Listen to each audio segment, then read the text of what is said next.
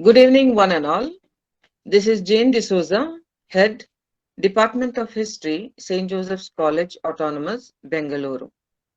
On behalf of the Principal, Reverend Father Dr. Victor Lobo S.J., Parishodhana, the History Association, and the Philatelist Numismatic Association, PANA, of St. Joseph's College, and the Center of Indian Numismatic Studies, I extend a warm welcome to each one of you to this national webinar on Assimilation and Assertion, a numismatic narrative of foreign rulers in India. I take this opportunity to extend a warm welcome to today's eminent speakers, Mr. Purnanand and Mr. Mohit, founder trustees of Center of Indian Numismatic Studies. Mr. Mohit is also the director of Imperial Auctions, licensed by ASI. We welcome you, sirs. We have with us Mr. Gautam Jantakal, numismatic consultant, a guest faculty at St. Joseph's College, who conducts a certificate course on Indian numismatics and a co-organizer of today's webinar. Warm welcome to all participants who have made it to this webinar from far and wide. We have 608 registered participants. Thank you one and all for your overwhelming response. I now hand over the program to Mr. Gautam Jantakal, who will introduce the eminent speakers of today's program. Over to you, sir. Thank you, Jane ma'am. Sorry for that technical glitch. It is a pleasure to introduce the distinguished speakers of today's talk. The first speaker is Mr. Purnanand Sanket.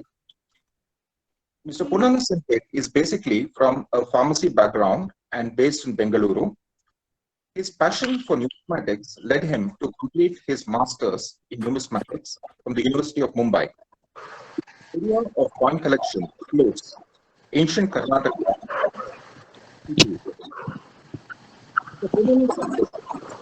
His contributions to the field of numismatics by way of articles and research papers. He is a life member of the Numismatic Society of India, BHU, South Indian Numismatic Society, Karnataka Numismatic Society. He is also a proud recipient of the Nicholas Lovick Fellowship Award, UK. He is currently authoring a book on the coinage of Tipu Sultan. I now welcome Mr. Purnanand Sanket to take over the mic. Any questions to the speaker may please be put into the chat box. Thank you.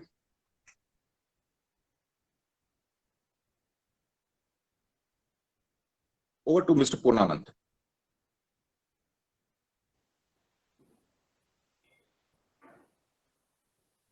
Hello. Good evening, everyone. Can you hear me?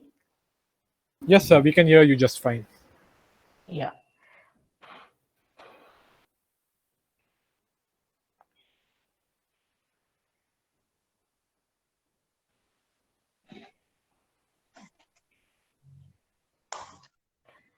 Good evening, everyone.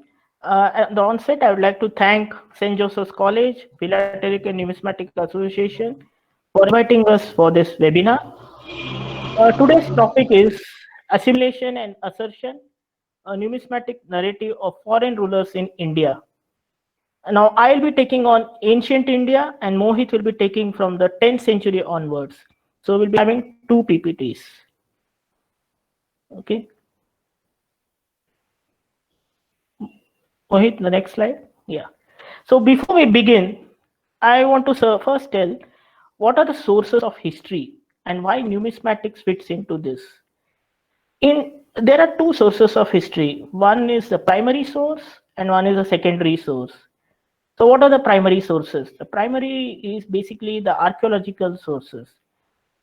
One of the important sources is inscriptions. You might all have heard about the Ashokan edicts in India. And from there you come to know who was Piyadasi, who was Ashoka. Then the second is monuments. Monuments, for example, stupas and temples, which tell about the art and architecture in India. Then another source is the paintings and sculptures which you see in the temples and caves like Ajanta and Ellora. They are also an important source for history. And the fourth source is coins. So where do coins fit into this? The coins tell us about the chronology of the kings. Some kings may not be recorded in history, but through coins we come to know that they were ruling at a specific place. And even during excavations, if you find coins at a certain layer, then you can date that layer based on the coin. So this is the primary source. Now, what is the secondary sources? They are the literary sources like prose, poetry, grammar, and the religious sources like the Puranas. And there are various foreign accounts like Periplus and the various travelers who visited India later on. So these sources give us what was happening in India. But there is a problem here. These secondary sources, there are written sources only later on, after the 10th, 11th century. Before that, we don't get any written material. So we have to rely on the primary sources, the archaeological sources. Okay, next. Now, numismatics and its relevance, as I said earlier. What is numismatics? Numismatics is a study or collection of coins, tokens, paper money, and related objects like medals. Paper money in India is fairly recent, so the other things are very important like coins. So along with epigraphy, which is the rock edicts, it helps in reconstruction of political and social history. And it also tells about what was the economic condition in the society at a particular time. If you have more coins of a certain dynasty, then it tells that dynasty may have been performing well in terms of economy. And even metals, if you have more gold coins, you can tell that kingdom was prosperous. So this is how numismatics plays an important role. So at the beginning, how were the coins in India? The first coins of India are called as a punchmark coins. The coin at the top is called as the benchmark coin. It is bent with two punches of certain symbols. So these coins had symbols on them and nothing written at who issued. We tell these coins are issued by a specific kingdom or a Mahajanapada based on their find spot. So the coin on top is called as the Gandharan bent bar coins because they are found in the Gandhara region, that is in present day Afghanistan. You must all have heard of Gandhari, that is Gandhara region. The bottom two coins, you see many punches, many figures which are punched on the coins. So they were generally animals, the sun, the moon, the bow and arrow, what the daily objects which people used to see. So these coins, we cannot say very clearly who issued them. Only on the find spots, we might guess that these were issued by these Janapadas or the Mahajanapadas. So now we see what happened. The foreign invaders. So the first invader who invaded India is Alexander the Great. He attacked India in 326 BC, and it is said that he, along with Ambi of Taxila, defeated Porus. But what did he do?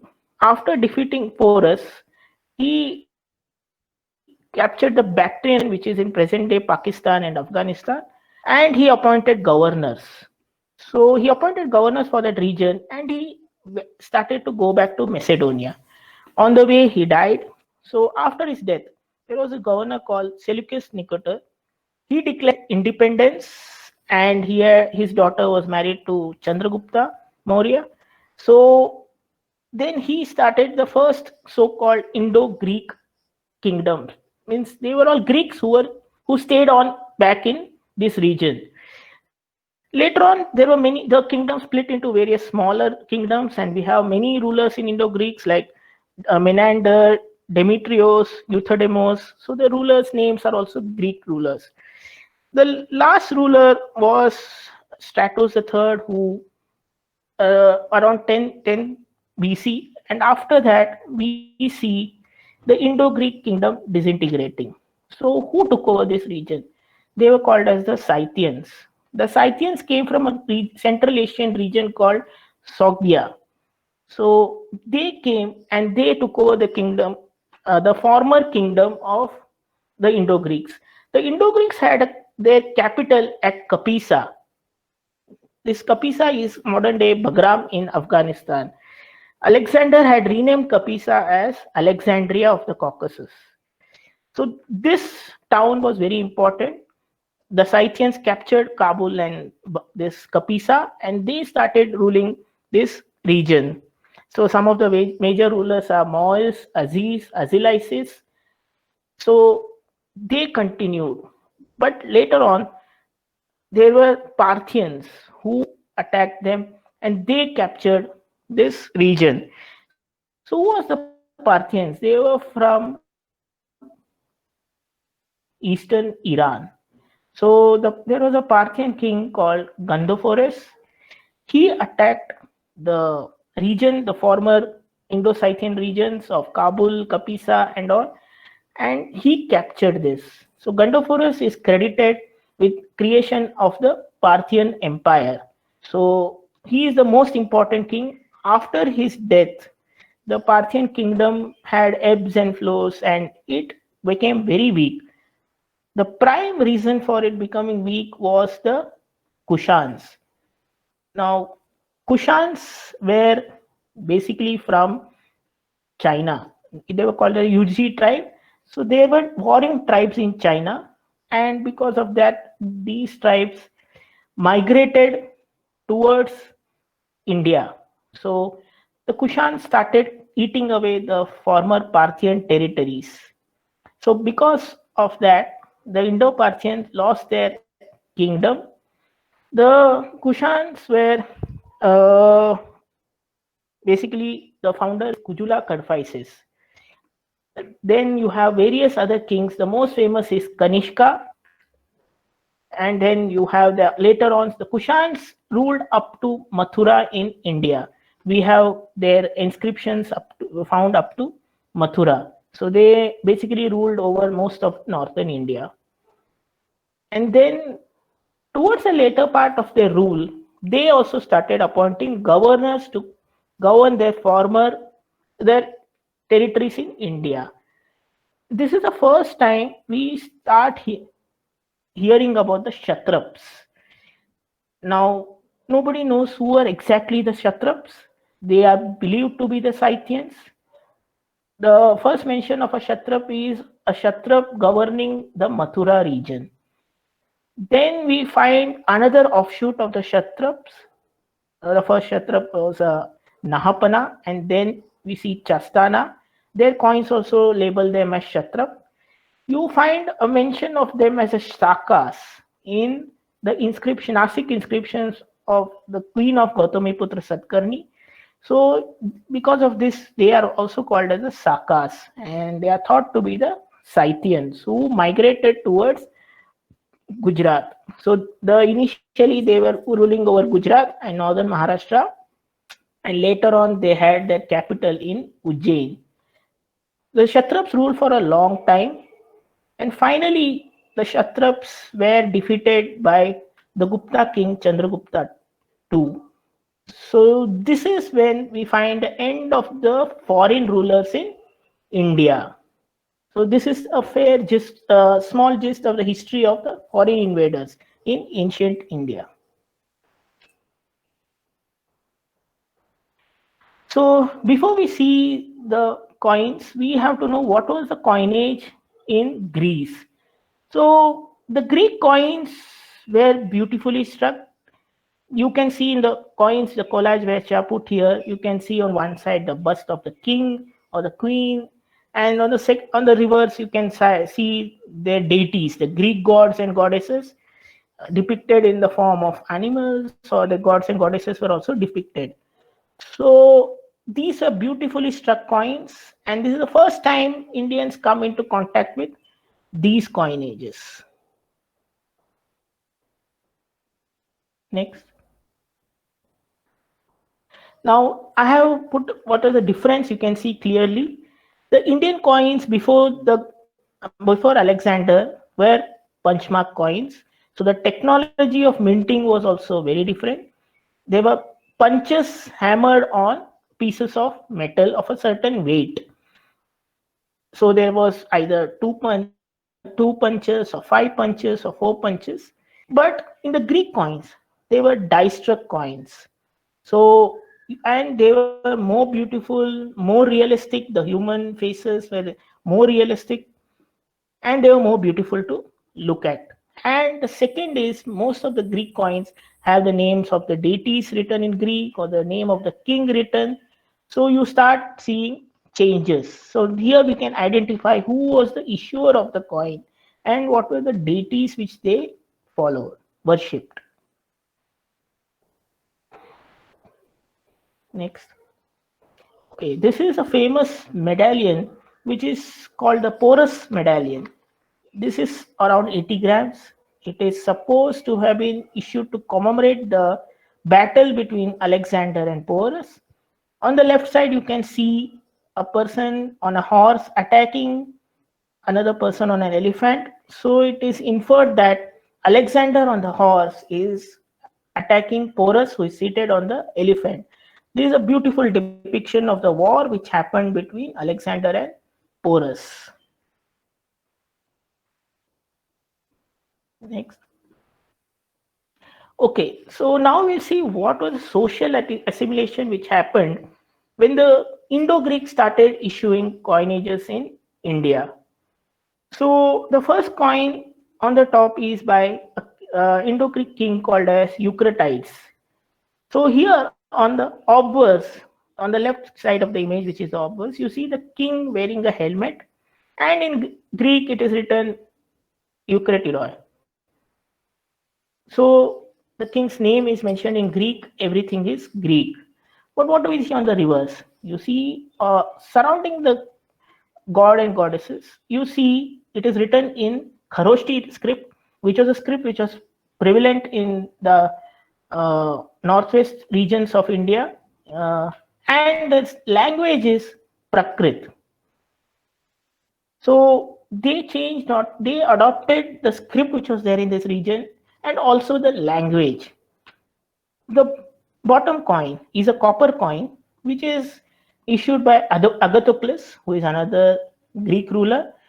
On the obverse, there is an animal and it is written Basileus Basiloi, the king of kings, or something, and Agathocles will be written. But again, on the reverse, you can see Brahmi script, which is the oldest script of India, but the language is Prakrit. So it will be written Maharajasa Agathakulesa. So clearly you can make it is Indianized form of his name. The animal also here is significant because before the Greeks captured this region, the coins which have been issued there by the city states, like Greeks adopted the symbols which are there on the earlier coins and also adopted the language and the script here. Next. Okay, now we see some coins of the Kshatrapas. So as I said, the Kshatrapas ruled over the central India, that is the Malwa region and the Gujarat region. So here they followed the Greek style of coinage where there is a bust of the king on the obverse. By the time of the Kshatrapas, the Greek script was almost going out of India. Many people did not know to read the script.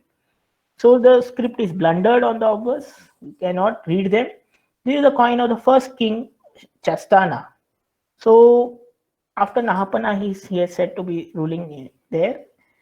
So you can see it is written now in Brahmi script. On the reverse, his name is mentioned, but again the language is Prakrit. This coin was issued around 100 AD. The bottom coin is another Kshatrapa. Here his name is mentioned as Swami Simhasena.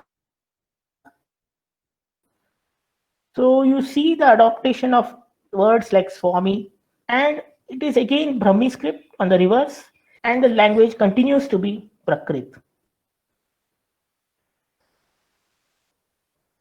Next.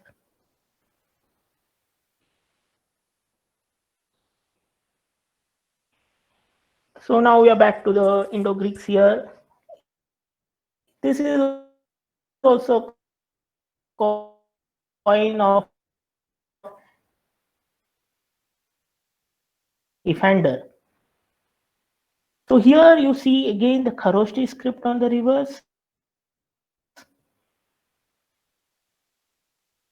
And earlier they adopted the, and there is also the language which is adopted and the script is also adopted here. The bottom coin is of a famous king in the Indo. He captured kingdoms. So he had a commemorative coin. Here he's shown to be wearing a headgear. Now what is a headgear? It is depicting the elephant here. So he is supposed to be wearing the elephant headgear. Now elephant is not found in Macedonia. It is only found in Indian subcontinent. So here he is telling it that he has captured this region and the Indian subcontinent region, which is the elephant. Symbolically, it is an elephant.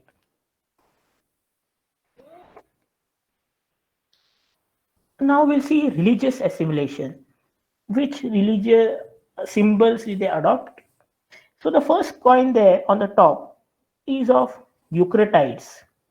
Here, the Kapisa had a city deity, and that is depicted on this coin.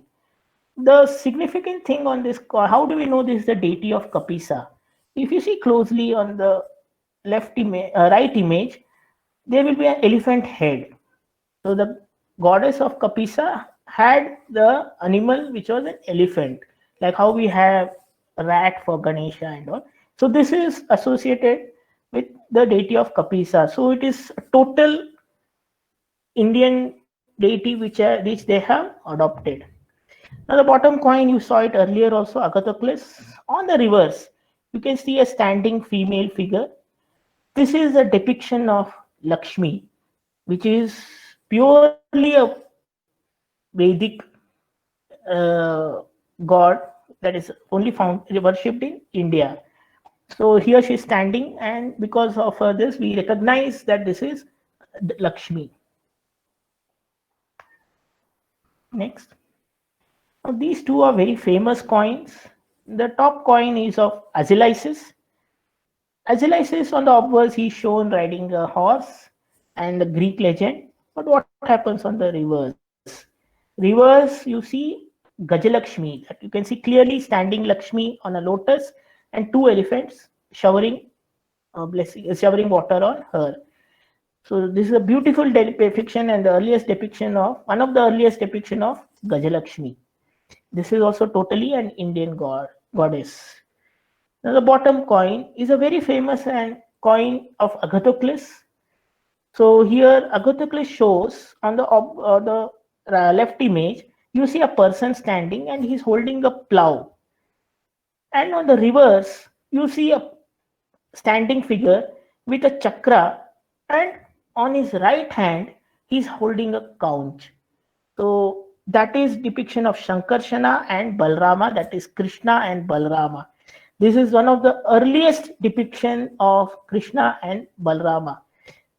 There are some controversies, but based on the devices which they are holding, we can assume that it is Krishna and Balrama. So here also, from these two coins, you can clearly see they had adopted the gods and goddesses which were worshipped in the Indian subcontinent, India region in particular. So this is also the top coin is also of Agathocles. In the writing is Agathokulesa, but here it is famous because here you see Buddhist symbols coming in. On the left you see the arched hills, which is a symbol for a Chaitya, and on the reverse you see a tree in the railing. This is the depiction of a Bodhi tree. So Agathocles not only accepted and allowed minting of Indian the Vedic gods and goddesses, which is there, but also the Buddhist figures were also allowed to be put on his coins. Now, the bottom coin is a Satrapa coin. It is a coin of Rudrasimha. Here also on the reverse, you see a three-arched hill, which is again a Chaitya figure. So from these two coins and from the later Kshatrapa coins and other coins, we see that Buddhism was the most dominant religion, which the kings encouraged, and they allowed it to be minted on their coins. So from this, we come to know which was a dominant religion and which they allowed and which they gave grants more to Buddhist monks and scholars. So this is how we come to know the religious assimilation. Even though they were foreign rulers, we see a lot of religious assimilation happening here. Next.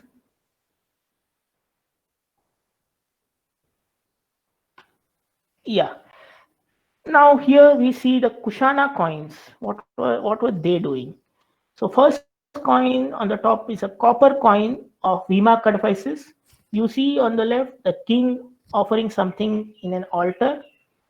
But what do you see on the reverse?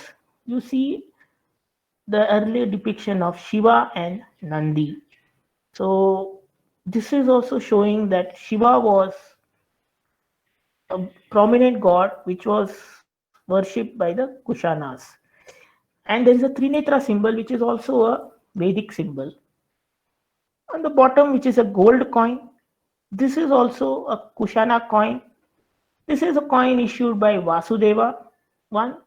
So on the obverse, most of it remained the same. The king giving some offering into a altar, and the script was a Bactrian script by now. And on the reverse, you see Shiva beautifully depicted with a Nandi. And here you can see the name of the god also written, which is Osho. So Osho, which we call now Ishwar or Shiva.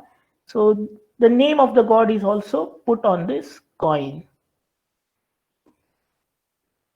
Next. Now, another religious assimilation which happened in Kushana's time, many Indian gods and goddesses were depicted. So the first coin is of a Kushana king showing Skanda Kumara and Vishaka. So what you can see two figures, one is a male and one is a female.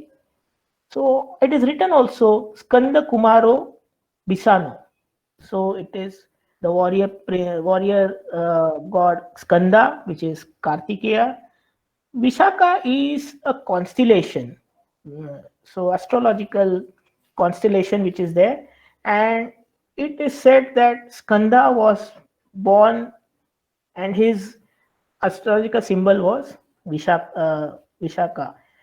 So beautifully depicted on the coin, and it is written also the name of the god. The bottom coin is a very famous coin of Kanishka.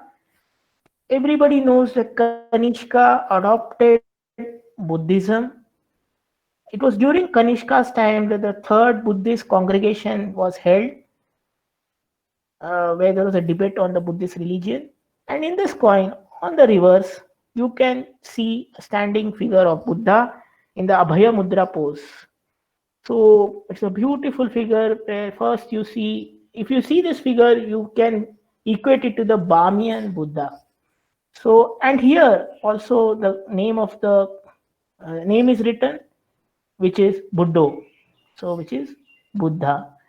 So, this was a very famous coin, and from this we come to know that the Kushanas or the Kshatrapas, which religions they were alluding to. Next. So, this is also of Vasudeva one. This is here, his name is written as Shah Nano Shao Basudev Kushano. Now, what was this happening? His name also, the names of the kings also became Indianized.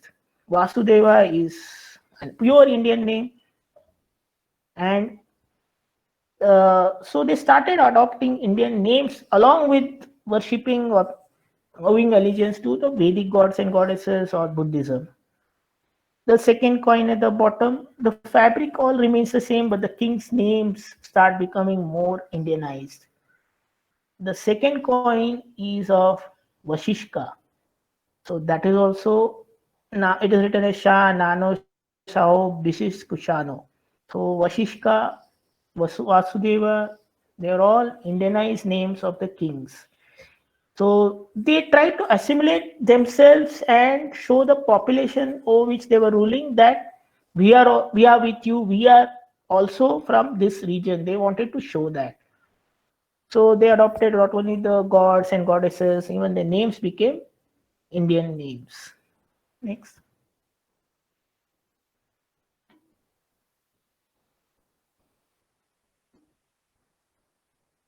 Next. You see the Kshatrapa coins. So here the Kshatrapas, the first coin, it is of a Rudradaman. So Rudradaman, that also is an Indian name.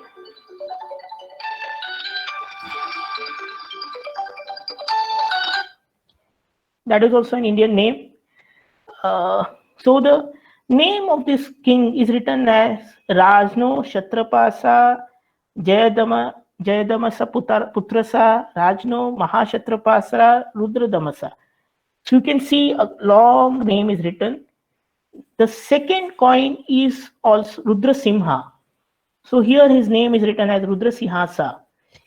So here also he mentions his father's name and then his name. The third coin is of Prithvi Sena. So Prithvi is also an Indian word for earth. So in the Vedic, this one. So another important aspect which I wanted to highlight here is from these kings you come to know the social structure which was prevalent there. So here it is a patriarchal structure. Even today we put our father's name, some of them put father's name with their name. So here also it was the father's name first and then the king's name. So another important aspect, the first coin just tells Rajno Kshatrapasa, while the second coin tells Rajno Mahashatrapasa. So Mahashatrapa is bigger than a Kshatrapa.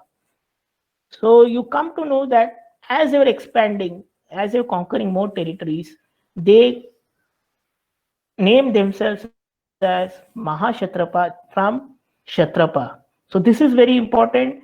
So from a coin, you not only know the religious assimilation here, you know the social fabric which was there, where the father's name was given importance, and you also know how powerful they were by the name which is Kshatrapa or Mahashatrapa. The most important aspect for a history student by these names is you get the chronology of the kings. So you come to know who was the father and who was the son. So these coins help us in identifying the chronology and who came at what time period. And now in the end, we come to the economic assimilation. So what was economic assimilation in ancient India? So when the Greeks issued their coins in Greece, they adopted an Attic standard. This standard was adopted by Philip II of Macedonia. So Alexander also adopted this standard for his coinage. So the silver drachm, the coins were called drachm, obol, and all these names. The silver drachm weight in Greece was 4.33 grams. Now, what happened when they came and captured India and the region of Afghanistan, Pakistan, Punjab? So here, this region was earlier part of the Achaemenid Empire of Persia, and their silver coins were called as siglos, and the gold coin as daric. So the weight of siglos was around 5.6 grams, and half siglos was around 2.7 grams. Now this 2.7 grams is very important because when they came here, they found that they could not force the people here to adopt the Attic standard. So then they decided to adopt the coin weight standards which was prevalent in the newly captured region. Hence here they started the drachm, but the drachms were around 2.5 to 2.7 grams. So they adopted this system so that the people will not reject their coinage, and it is also useful for trade which was happening. So this Drachm standard is very significant because this standard continued for a long time, for over 10, 11 centuries, the Drachm standard of 2.5 grams. So the Greeks, which introduced this standard in ancient India, continued, and people accepted this standard everywhere. And any foreign invader who came here issued coins in this standard. So this is the end of my presentation. So I would now, Mohit will be taking over his part, which is from the 10th century onwards, what was happening in India. Thank you very much. Yeah. Thank you, Mr. Purnanand, for your enlightening talk. The next speaker today is Mr. Mohit Kapoor. To introduce Mr. Mohit Kapoor, he is a businessman by profession and based from Mumbai. Born in a family of coin collectors, his passion towards coins came early. He completed his master's in numismatics from the University of Mumbai. His area of coin collection mainly includes coins of the Mughals, the British India, and the Princely states. Contributions of Mr. Mohit Kapoor in the field of Indian numismatics include articles and research papers. He is currently the Regional Secretary of the Oriental Numismatic Society, UK. Recently, he has authored a book titled The Nawabs and Kings of Awadh and Their Coinage, along with Sri Dinesh Master. Mr. Mohit Kapoor also holds another feather in his cap by being the director of Imperial Auctions Pune, a well-known auction house in the country. I now hand over the mic to Mr. Mohit Kapoor, and as a reminder, any questions from the participants may please be put into the chat box. Over to you, Mr. Mohit Kapoor. Thank you. Thank you so much, Gautam, for that fantastic introduction. I would also like to take this opportunity to thank St. Joseph's College and PANA for organizing this fantastic webinar. This is really a very good step in promoting numismatics in the entire Indian region, where unfortunately coins have not been given their due importance. So thank you so much, the organizing committee. And I'll just start off with my presentation. Am I audible, Gautam? Yes, you are. Thank you. Thank you so much.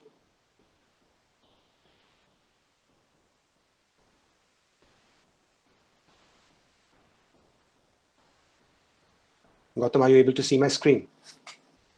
I am. Thank you so much. Well, thank you so much, Purnanand, for taking us through that fantastic array of coinage and how the invaders firstly adopted, things which were happening over here, and then slowly and gradually introduced subtle changes, which, to be honest, laid the very foundation of Indian coinage for the upcoming years, wherein the weight standard or, the name of the kings featuring on the coins, the bus, well, it stayed for a very long time. And I shall now take you through an era of history where Islam was taking over the major parts of the world, and it was slowly spreading. And the rulers which were involved in the advent and spread of Islam were quite, you could say, they were quite energetic, and they really took over with a fervor to, increase their empire. And at the same time, the religion was spreading. So when we come down to the 10th century CE, we see that Mahmud of Ghazni was the first invader, you could say, who decided to, invade the Indian subcontinent post 10th century CE. Now, Mahmud of Ghazni was more of an invader. He would come in, loot, and go back to Ghazni. And he has invaded India about 17 times, but he did not make it as a permanent settlement. He would come, take the wealth, go back to his own place. Now, Muhammad bin Sam of the Ghaurid dynasty, well, he, in a true sense, would be a settler. He came in with an intention of invading and looting, but maybe he realized that there is so much of it to take back. It would be better if I stayed here a bit while and enjoyed while I'm here. So Muhammad bin Sam, his advent was about 1175, and although Muhammad of Ghazni did not go into the interiors of the Indian subcontinent, he was only in the northwest frontier region, to say modern day Pakistan, Afghanistan. Muhammad bin Sam made his way right into the interiors up to UP, Uttar Pradesh, present day. So Muhammad bin Sam was quite strong, and we would see the kind of effect that he has had on the Indian coinage. The next in line would be the Delhi Sultans. Now, Muhammad bin Sam would actually be attributed to starting this line or this dynasty in the Indian subcontinent. But slowly and steadily, it was the slave dynasty or the Balbans, the Lodhis. They were the ones who propagated and spread their Sultanate, as it's called, Delhi Sultanate, into the entire Indian subcontinent. And we find the Sultanate going down into the Deccan as well. So, yeah. After sultans, we see that the Lodhis were the last in the line, and Babur was the one who finally defeated the Lodhis. But unfortunately, his son Humayun was defeated by Suri. So there was this short period of time wherein Mughals came in and then went out, and then they were replaced by Suris. But then Sher Shah Suri was defeated by Humayun, and then it was a very long standard rule of the Mughals. The Mughals ruled for about 200 to 50 years. And in a way, there was not much of the coinage which they had to change as such, because Indian subcontinent had already seen a rule of 500 years of Islamic rulers. So there's not much that they changed, but yes, they did adopt something, they did change something, which we will see in the due course of the presentation.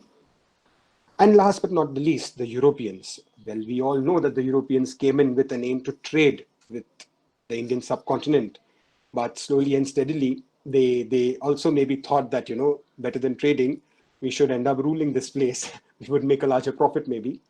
So initially the factories that they had set up slowly grew into, large tracts of land that they owned, and then they ended up supplying armies to local princely states. And we know well history, how it went ahead. We'll see the coinage and how they changed the face of the Indian coinage.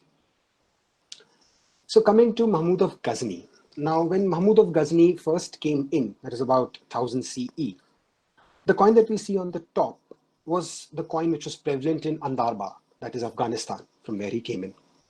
And if we see this coin, we see that it has Arabic inscriptions on both the sides. On the left, there is a religious invocation which reads out La ilaha illallah Muhammad Rasul Allah, which basically means that there is only one God who's Allah and Muhammad is his prophet or messenger on earth. Now, this is the standard coinage wherein the obverse or the image on the left had a religious invocation from the Quran, and the image on the right, that is the reverse, would have the name of the king along with his title. So we would find over there Mahmud, Al-Sultan, Al-Azam, basically describing and glorifying the king. Now, there were certain other aspects in this coin, which is very interesting and which later on changed the entire, coinage of the Indian subcontinent. Now, in Islam, there is a very basic rule that if you have to establish your rule and if you have to proclaim your rule over a particular area, there are two things that you need to do. The first one is you have to read a khutbah in your name. Now, what do I mean by that? For those of us who don't know, the Friday prayer in Islam is very important. And if you are the king of that place, your name has to be read in the Friday prayer in the local mosque. So that is basically a khutbah has to be read in your name, which will basically signify that now you are the ruler of that place. The second most important thing was that you need to strike a coin. A sikka has to be struck from that area, which has your name on it. And hence, subsequently, we would find that the coinage which was struck by these Islamic rulers would have the names of places on them along with the year in which they were struck. Now, if you would have closely noticed the coins which Purnanand showed to us, names of places where they were struck, they did not feature so much. We do have coins of Kshatrapas where you get the years, but which area were they struck? We can only assume by some mint marks which are there on the coins.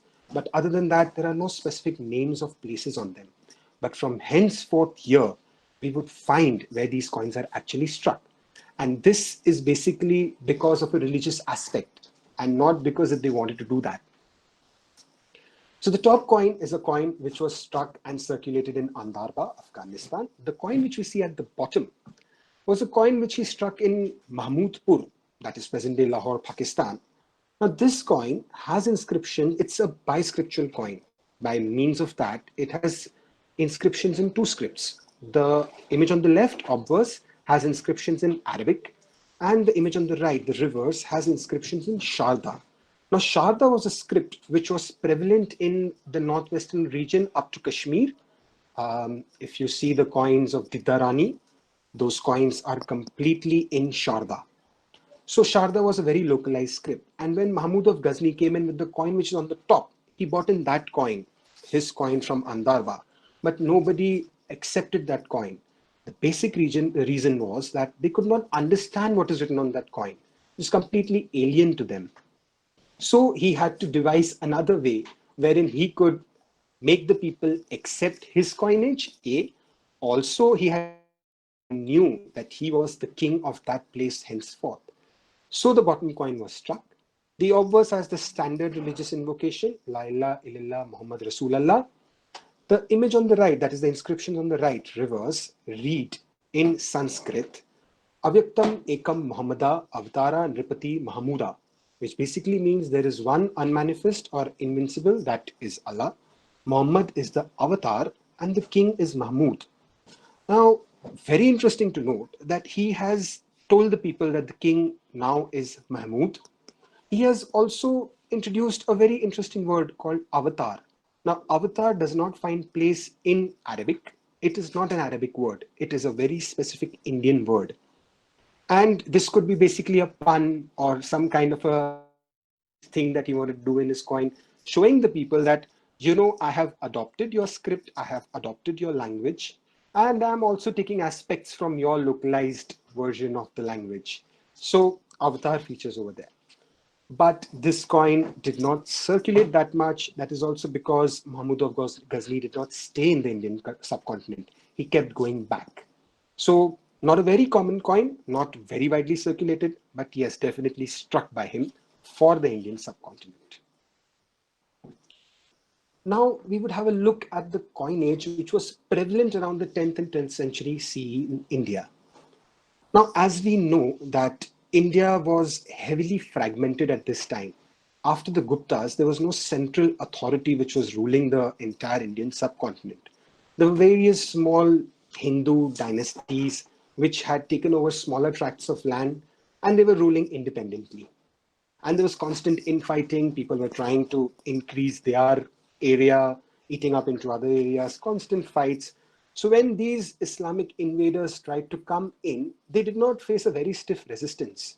They had to just keep on, quelling down smaller, dynasties or kingdoms. So when it came to the coinage, it was quite fragmented, but they followed a pattern. So the coin on the left is a very popular coin. Now it has the image of a seated Lakshmi on the obverse, that is the image on the left. Now this seated Lakshmi comes in from the Gupta coinage. Now, Gupta coinage used to always show a seated Lakshmi on the coin. And the inference that Lakshmi, which is the equivalent of prosperity, wealth, and hence the depiction of Lakshmi on a gold coin. That is why Lakshmi was always shown on a gold coin. The reverse had inscriptions in Devanagari, and it said the name of the ruling king at that time. So this is a coin of Gangaya Deva, Kalachuris of Tripuri, around 1015 to 1040, that was his rule. The weight would be around 4 grams. The one on the right is a bull and horseman type coin. But this coin was started by the Hindu dynasties of Ohind. They used to rule in the Sindh area. This coin became extremely popular because of the devices, the bull and the horseman. The script that we see on the top is Sharda. It reads Sri Samanta Deva. Now this is in reference to a governor of that time. But since the design was so popular, people just blindly kept copying the coin and minting and distributing the coin. And that is why it was heavily circulated, this particular coin. The weight is about 3 grams. Initially it was silver. It later on got degenerated and debased. It became a Bilon coin. What is Bilon? Bullion is basically an alloy which has traces of silver and other base metals like copper, etc. So when Muhammad bin Sam came into the Indian subcontinent, the coins that we see on the top, the two, left and right, they are the coins which were circulating in Ghazna. That is the area from where he came. Completely Arabic inscriptions, as we can see, and religious invocation on the left, the Kalma. The right has his, legends like Al Sultan, Al Azam, glorifying the king. Muhammad bin Sam in the last line. Now, when he came down, he introduced a coin which we see at the bottom. It is called as a bullseye type, although at that time it was not called as a bullseye type. Right now, numismatists have named it as such because of the pattern in which the writing is there. It's like a bullseye. But the legends are in Arabic. The left-hand side has the religious invocation, and the name of the king with his titles is there, completely Arabic. He did try to match the weight standard. 3.79 grams was now the weight of the dirham based on the bull and horseman type Jittal. So he was trying to equate it, but he tried to force the legends which were happening in Ghazna. Extremely short-lived issue. People did not accept it and not popular. So he had to think of something else because coins have to circulate. He has to do trade. Coins are also a way of exchanging goods. So he had to think of something else.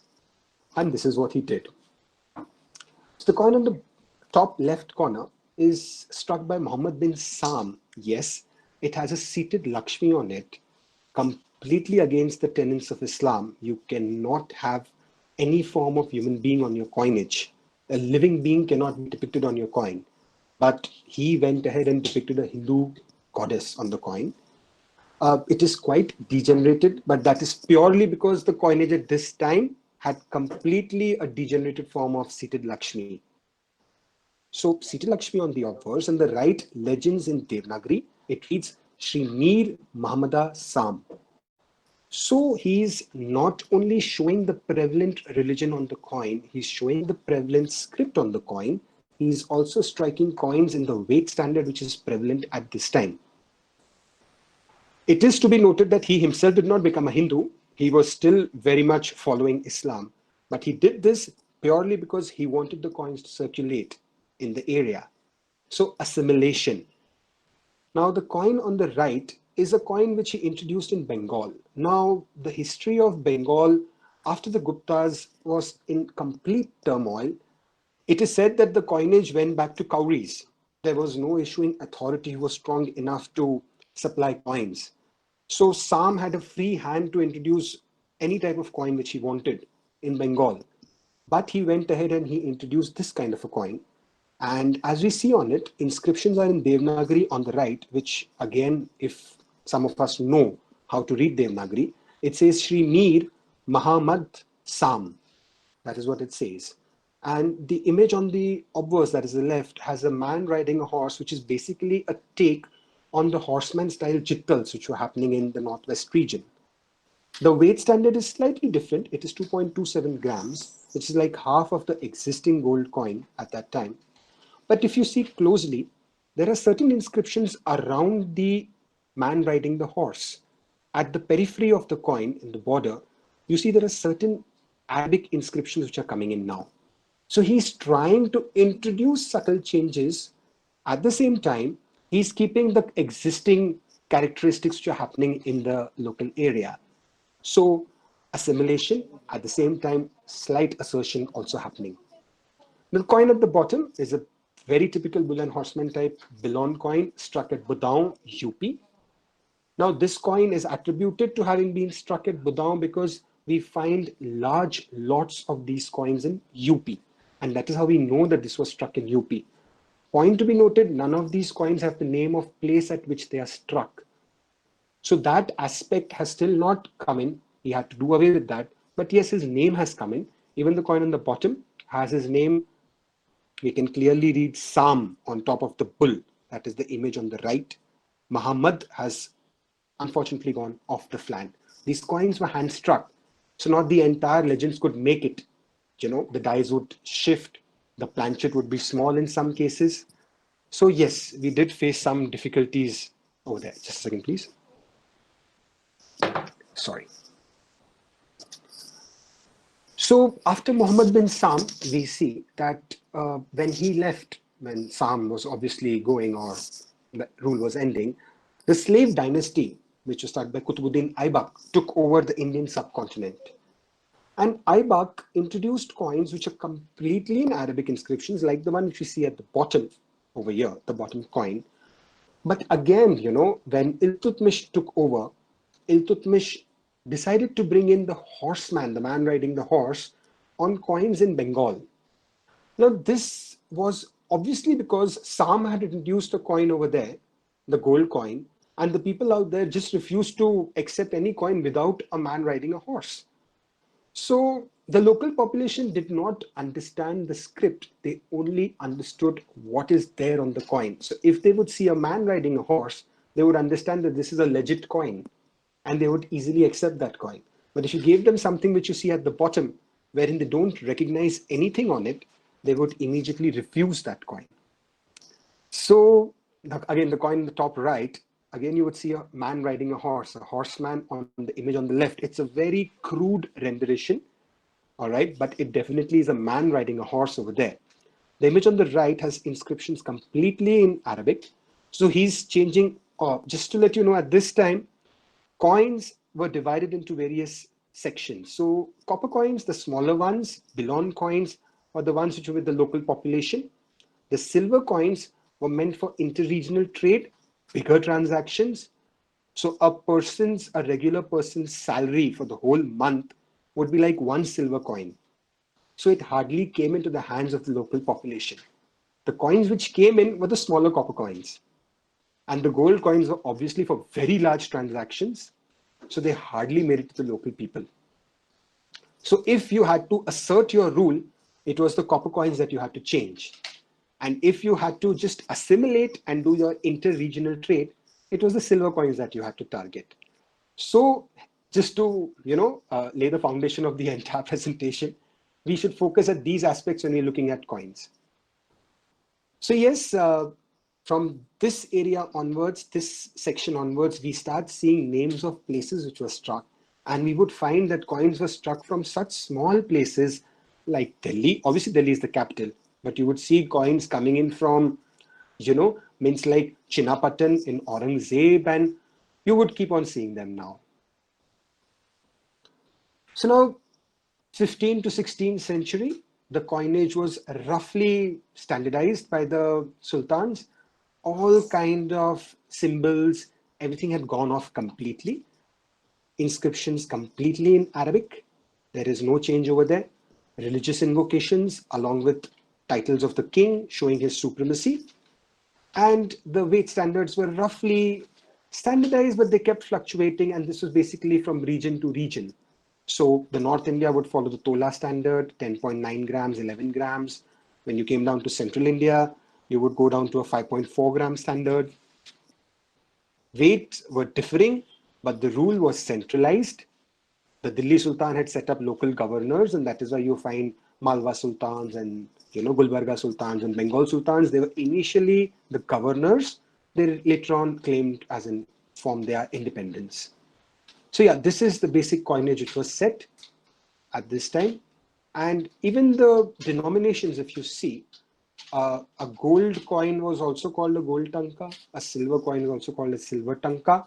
Sometimes the gold coins were called as asharfis or mohars, but there was no standardized. Everybody would call them as tanka.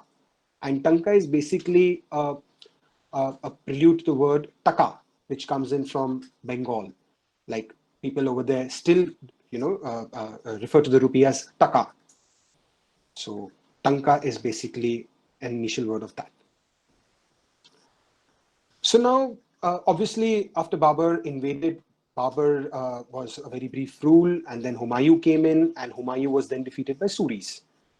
So when Suri came in about 1530s, the coinage that he saw prevalent in India was obviously completely Arabic. So there's nothing much that he had to change over there. And he himself was, of the same religion. So he did not find any difficulties out there. But there's something that he reintroduced. Well, if you see on the coin, there is a single line in Devanagari, which has the name of the king.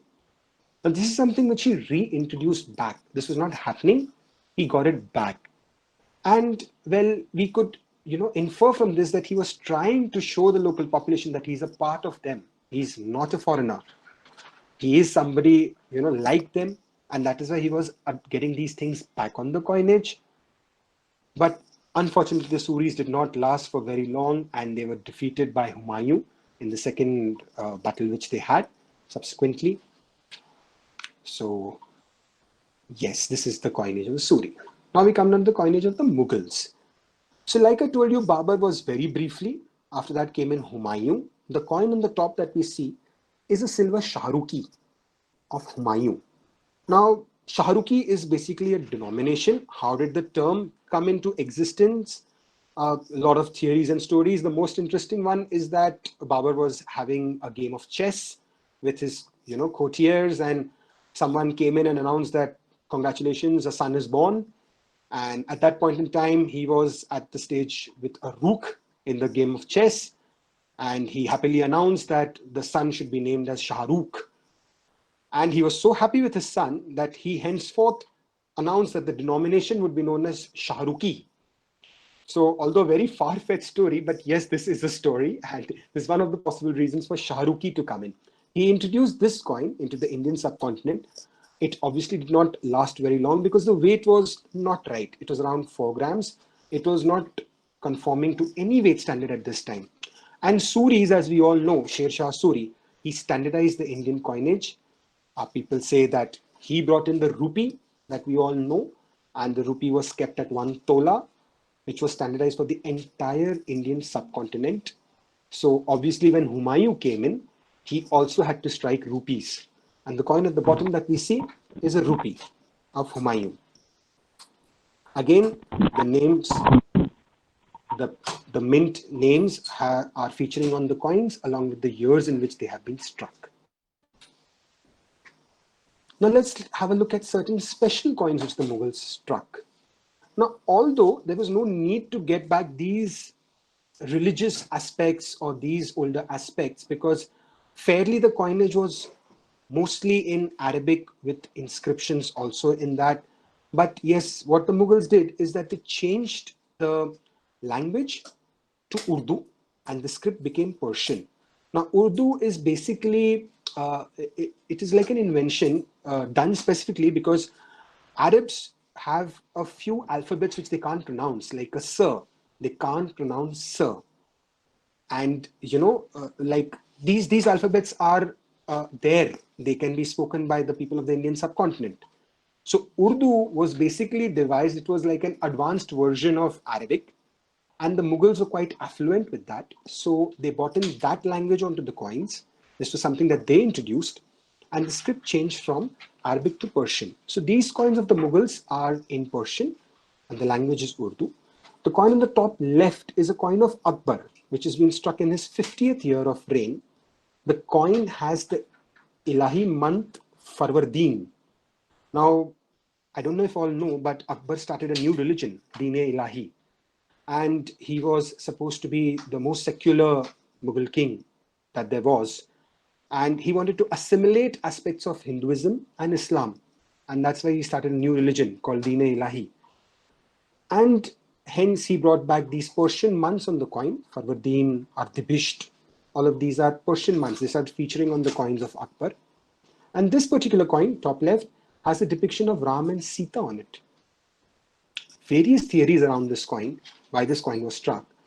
People say that he struck it to commemorate Dasera. People say that he struck it to give as a presentation gift to the Hindu kings of the Indian subcontinent on completing Akbar's 50th year of reign. Many theories, but the fact remains that he did strike this coin with Ram and Sita on it. The one on the right, top right, is a coin of Jahangir. And if we see the coinage of Guptas, we do see that the Gupta kings used to love depicting things which they would do. So there are Gupta coins wherein the king is writing poetry. There is a coin where the king is playing the veena, just to show the population that what the kings do. And here, dear Jahangir is having wine because, well, he loves to drink wine. So yes, we do have a coin over here, which is Jahangir holding a wine goblet in his hand. And we could say that this was a take on the Gupta coins, and he did this as in to bring back the Gupta legacy. But yes, he did strike this coin, extremely rare coin, more of a presentation issue, not a circulation coin. And by that I mean that it did not circulate amongst the local population. It was given as a gift on special occasions. The coin on the bottom left shows Jahangir in a seated posture. Now, again, we see this on coins of Gupta and Kushans, wherein they show the entire king on the coin. And here we see again Jahangir sitting and having a wine goblet in his hand. He really loved his wine. And the coin on the bottom right is a fantastic coin. This is the first coin in the history of Indian subcontinent which shows the denomination on it. And rupiah is written on the coin, where exactly it is marked by the arrow. And this is the first time that we see the denomination featuring on the coin. So there was a dirham, there was the tanka, but none of them made it on the coin. But this coin of Akbar, struck in his 47th year of reign, shows the rupiah denomination struck at Agra.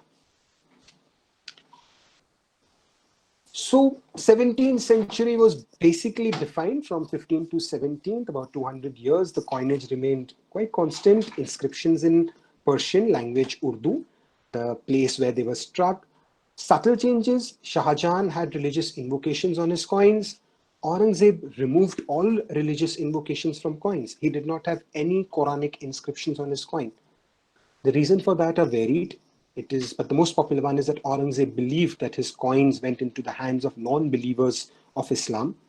It also went into the coins into the hands of various sects of people.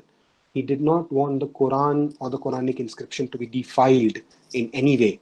Because as you see this coin, the second coin in row is an Aurangzeb coin. It has a hole. Now this hole has been made by jewelers to check whether it's a genuine coin made of silver or forgery. He did not want the Quran to be defiled by holes on it. So he removed all religious invocations from coins. And this remained after Aurangzeb. Almost all the Mughal kings never brought back any religious invocations on coins. The coin at the bottom is a Muhammad Shah coin. Legends are fairly standard. Name of the king on the obverse.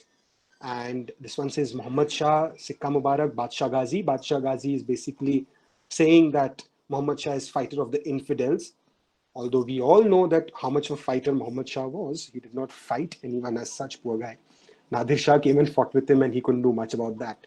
So yes, Muhammad Shah's coin over there, weight standard, all standardized completely, 1 tola, around 11 grams. The weight differs, 10.9 to 10.96. This is because at that time we did not have fixed weight system. Like how we now have a 10-gram weight. At that time, we used to weigh against rati seeds. Now, rati is a seed. It's a naturally occurring seed, red color.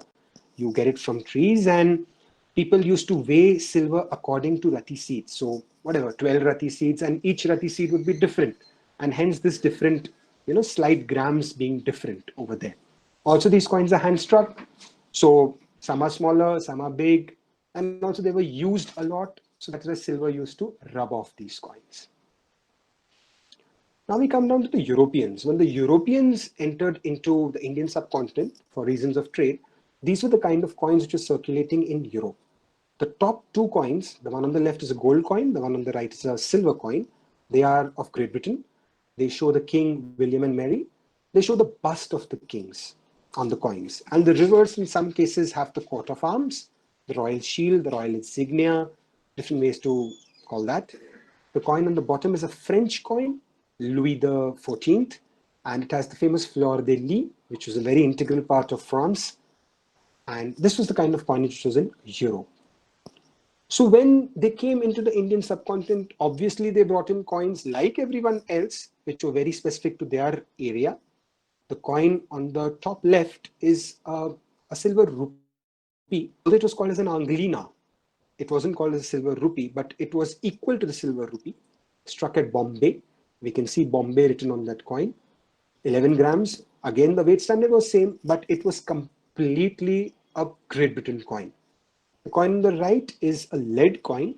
Again, if you see the denomination, it's a duit. So it wasn't conforming to any of the local standards. Complete assertion they tried to do. And the one at the bottom is a French coin. The fleur de lis is very prominent over there. And the denominations, as you can see, Fanon, Anglina, Dwit. Fanon is basically a take on Fanum. That is why Fanon came over there. But yes, weight standards also, in some cases they confirmed, in some cases they did not conform to the local standards. Extremely short-lived issues, not popular, absolutely. They had to revert back to the popular thing. And the top two coins are issues of East India Company. Well, East India Company being the muscle man, they thought they could be a little more assertive. So they ended up striking a coin with inscriptions in Persian, language Urdu, and they struck a coin in the name of William and Mary. Now, Aurangzeb was the Mughal ruler at this time, extremely unhappy with this. He ordered the East India Company to be banished from the country. Well, they had to apologize profusely. An apology was not only a mere sorry, a lot of things had to be given to Aurangzeb. These coins had to be withdrawn. Since this coin has the mint name Mumbai on it, and William and Mary were the king of Great Britain, they were not the king of India. That is why Aurangzeb got angry. This coin was replaced by the coin on the right, top right. It's a coin in the name of Farrukhsiyar, again struck at Mumbai, Bombay. And then East India Company continued striking coins in that way, except if you see that the coin has a crown on it. I have marked the crown with an arrow, the top left coin. And the crown is basically a symbol for the East India Company. Now, these symbols are subtle things that these Europeans brought in to show that these are their coins. And the second coin from top is a French coin issued by the French in India, struck at Arcot in the name of Shah Alam II, who was the Mughal ruler at that time. It has a crescent on it. Crescent, it is a French coin. Crown, it is an East India Company coin. Well, Dutch was slightly weaker. They were not as strong and assertive as the top two. So they just struck a very basic coin in the name of Alamgir II, struck at Jagannath Puram. And in the name of Alamgir II, weight standards, as you can see, they are conforming to everything now. So complete assimilation, little bit of assertion, but majorly assimilation. South India, well, Mughals could never reach over there, although Aurangzeb tried to make in some inroads for a very brief period of time.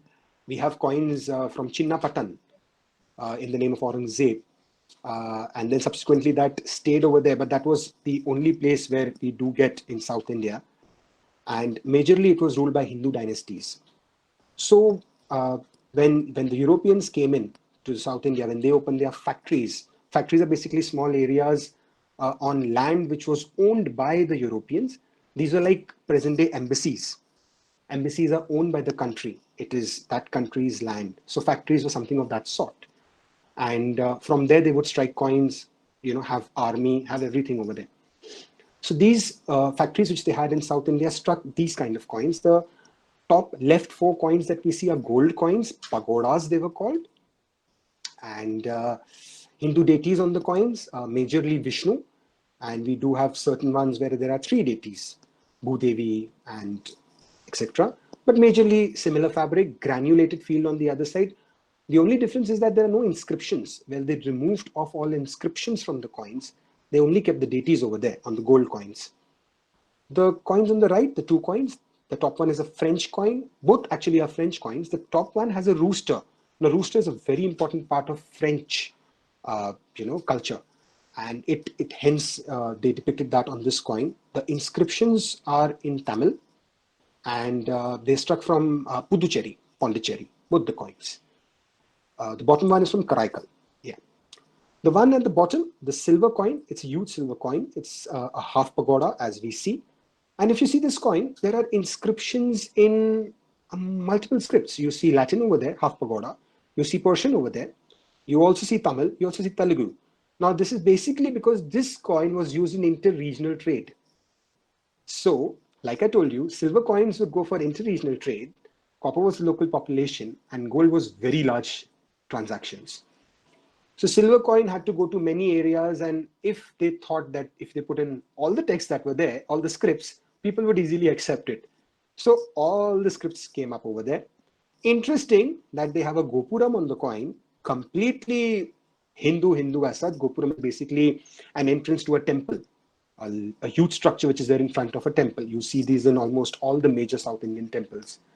And the image on the right has a standing Vishnu on it. So we all know that Europeans never converted to Hinduism, but the coinage had complete aspects of the local area, be it over here Hinduism, or be it in the earlier ones where the script was adopted, that is the Persian. So they made themselves to be part of the local population. They tried their level best. But then there was a limit to everything. And we all know that the Anglo-Maratha War, the third one, was obviously the war with Tipu was the first decisive war wherein, you know, they were making East India Company. Their presence felt. The third Anglo-Maratha War was the biggest blow for the local, kingdoms in India. And subsequently after that, the Nawabs of Awadh were subjugated. And 1835, basically 1831, they decided that there should be one coin for the entire Indian subcontinent. You cannot have so many coins, it's confusing. So they decided to standardize. And this is the standardization which they did. They brought in the bust, the effigy of their ruling king, the Great Britain king, that is William IV. On the reverse, the East India Company was written, along with the denomination, one mohar. In Persian, also the denomination was there, Yak Asharfi, and the year of mintage. The year was kept frozen. There's a huge story behind that of how the Shroffs used to discount coins of the previous years. And we'll keep that story for some other time. It's a very long story. But yeah, the year was kept frozen. From 1835 to 1840, there were no coins struck for 36, 37, 38, 39. From 40 to 62, no coins struck for those years. But the coins were struck. There was a coin in 41, but the year remained 40. So frozen years. But yeah, the pattern was set to this: the English king and Latin inscription Persian. Now, obviously, this did not go too well. This kind of assertion is not something that the Indians would take down very lightly. And we had the revolt of 1857. In just a matter of 27 years, you know, their idea of a standardized coin with complete assertion was rejected. And when Victoria was on the throne, the East India Company was abolished after the mutiny, and India was taken under the Great Britain's direct rule. It came under the British Crown rule. Victoria was no longer the Queen. Victoria became the Empress of India. That is because the local princely states, there were a lot of princely states at that time, and they all had a king and queen. Victoria was on top of all of them. So she was the Empress of India. The medal on the top that you see was struck in 1877 to commemorate Dilli Darbar. Dilli Darbar was basically a gathering which was held wherein all the local kings were invited. The ruling monarch of India would come from the balcony of Red Fort, and he would give an audience to the local population, and all the local kings could pay their tribute. Surprisingly, Victoria did not come from Dilli Darbar, although she was the Empress of India. In fact, Victoria never came to India, although she was the Empress of India. But yes, that again further defied the coinage. And if you see the coin on the bottom, no inscriptions in Persian, everything gone off. So in a way, wherein she should have assimilated herself, she ended up being more assertive. She removed that Persian also off from the coin. Victoria Empress stayed, and now there was no East India Company, it was just India. So the entire rule had changed, everything had changed. Excuse me. But as we know that you're not going to take it down, so the nationalist movement started. And there was a huge UN cry, and we needed our independence. So they thought that let's revert back to coinage to show that we are still a part of y'all. Don't throw us out. These kind of coins came up, the decimal coinage. These were the very small coins. Again, like I told you, local population.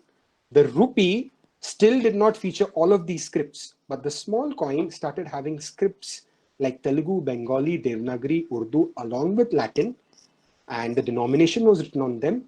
Edward VII, King and Emperor, because he's the King of Great Britain and Emperor of India. So fairly, you know, they were again trying to show that we are part. But, you know, we very well know what happened in 1947, and we got our independence. And well, while going back, a certain aspect which was left back by them, which we happily accepted. The Reserve Bank of India, if you see the insignia, the royal emblem, is a tiger in front of a palm tree or a date tree. But this is basically a take on the British symbol, which was introduced in 1835, wherein the British lion was standing in front of a palm tree. And it has just been replaced by the tiger. So, the Republic of India also, along with a lot of things which we took on from the British, we did take on the symbol also for the Reserve Bank of India. So, well, yeah, that's it. Thank you so much. And I'll pass it on.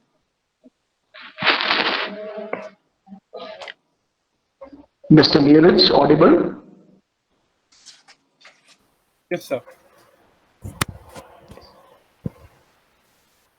Good evening, respected academicians and dear students who have joined for this wonderful webinar.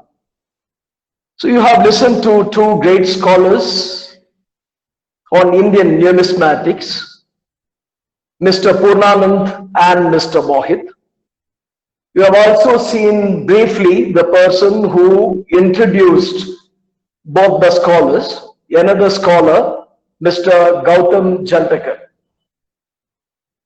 So if you have followed the lecture thoroughly, you would find this enlightening talk on Indian numismatics has a very sociological topic, a sociological catch, assimilation and assertion. In this wonderful lecture in two parts given by Mr. Purnanand and Mr. Mohit, you would see the blend of sociology, economics, political science, history, linguistics, everything together. Both the learned numismatists have given us a thorough insight into Indian numismatics right from the era before Christ. The three numismatists whom you have seen, one as the introducer, one as the person who introduced, and the two speakers, Mr. Purnanand, Mr. Mohit and Mr. Gautam, have one thing in common. All of them, though they are not historians, have a master's degree in numismatics from one of the very first and finest universities of India, the University of Bombay. All three of them are scholars in ancient Indian languages, Brahmi, Nandinagari, Tigalari, Sharada, Gandhi, Prakrit, Brahmi, Kashauti, etc. These scholars are an asset to all the historians.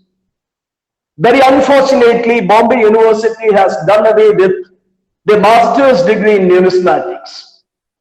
I understand that only the Banaras Hindu University has a full-fledged department on numismatics.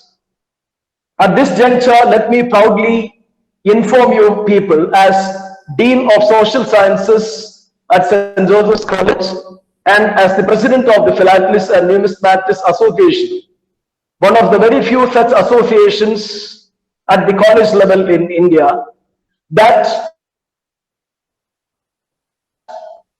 the history department of St. Joseph's College, though a very small department in a very big college, has a certificate program in numismatics. The college, the department is seriously into numismatic studies with Mr. Gautam Jantakal as the resource person. All the history teachers in this group, please note, then most of the universities are not giving enough importance for numismatics. It is you people who can do something. Numismatics coins will continue to be a primary source of information and a primary source of research, not only in history, but also sociology, economics, politics, and languages.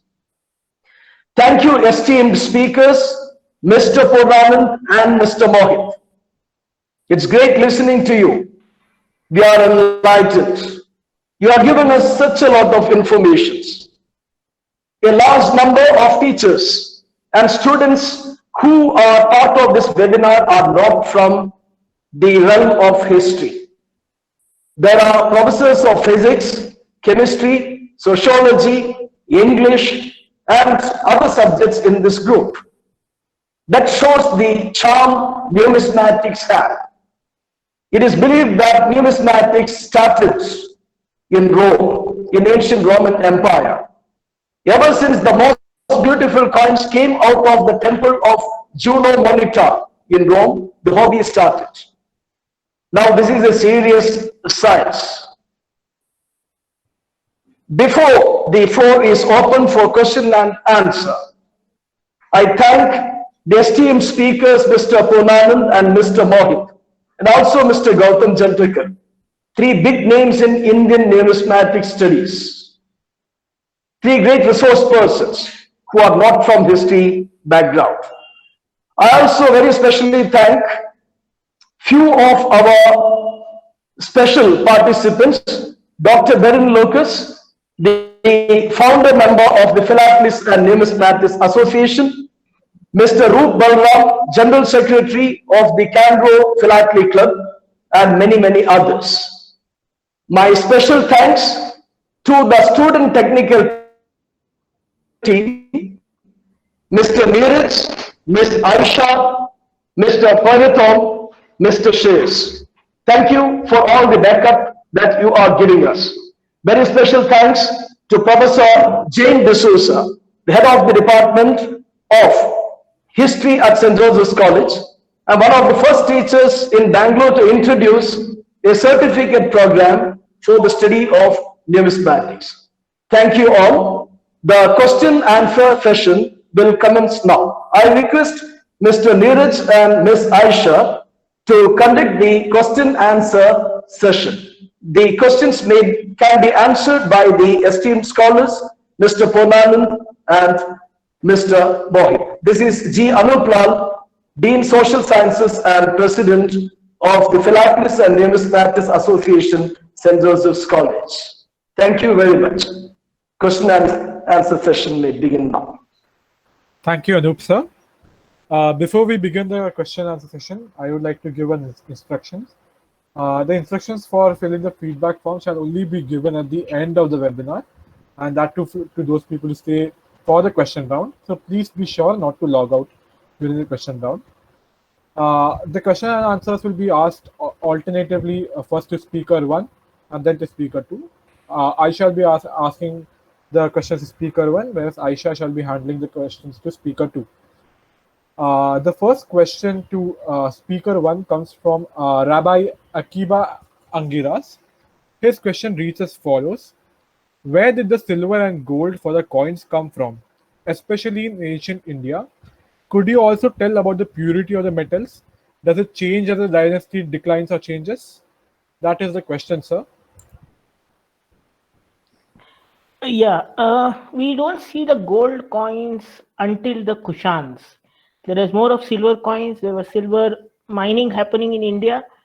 The gold coins primarily happened because the Kushans started controlling a vast region.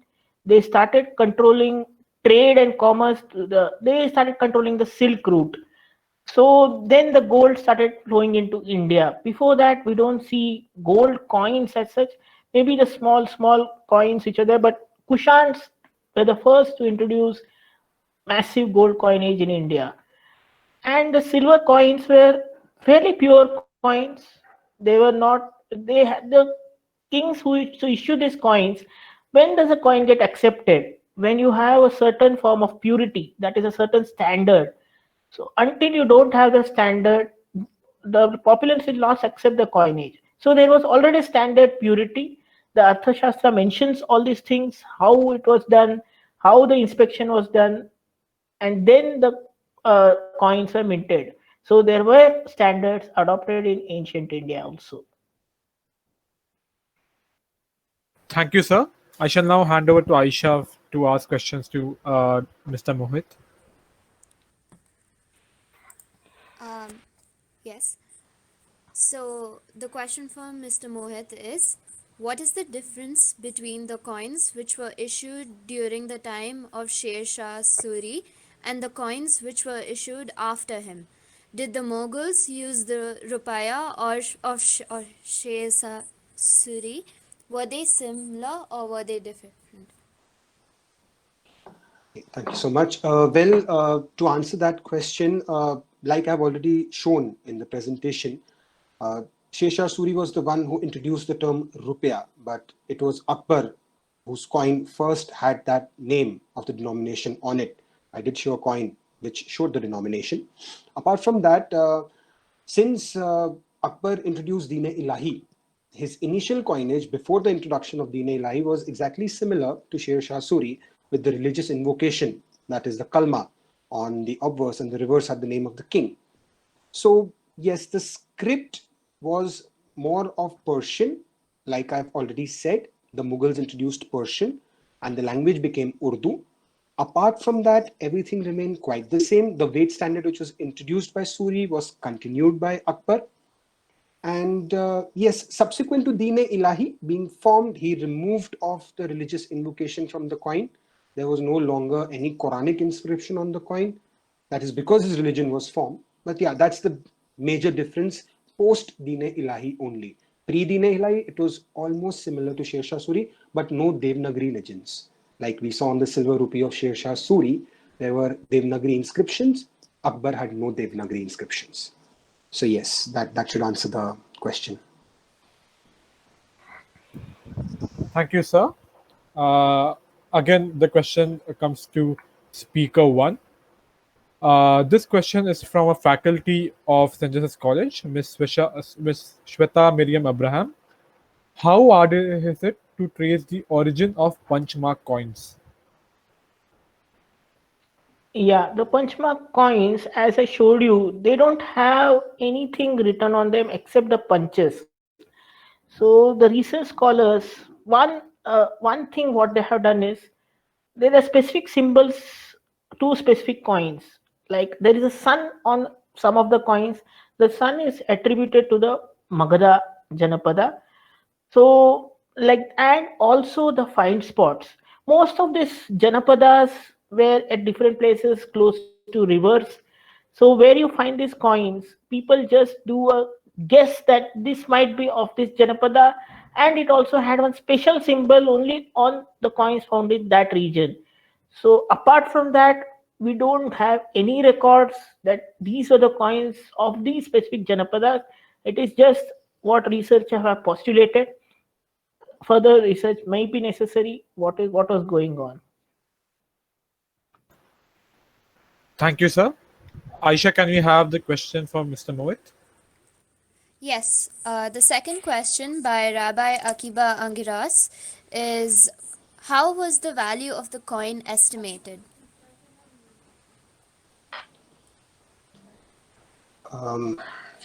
Okay. So the value of the coin was completely estimated at the weight of the coin. See, these coins are, they have an intrinsic value. So a rupee is a rupee only if it weighs 1 tola of silver. So 11.65 grams of silver is equal to 1 rupee, and that is how they were estimated for their value.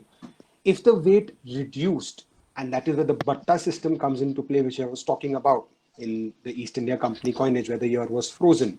So each subsequent year meant that little bit of the silver would have worn out. And that is why when you went to exchange the coin, well, these coins had to be exchanged also. So when you went to exchange a coin, the local jeweler, and the jeweler was kind of a money trader at that time because these coins were of silver, he would cut a small amount out of the rupee. So a rupee is equivalent to about 40 dam, 40 copper coins. So he would only give you about 38 or 37 based on how much he's deducting. So value of the coin was completely on the weight of the coin, as in how much metal there is in that coin. That is how the denomination or the value of the coin was decided. Thank you, sir. Again, we shall have the question to speaker one. So this question is from Nashat Sheikh. His question reads as follows. How would you justify the view that the level of excellence of Gupta numismatic art is not at all noticeable in later times.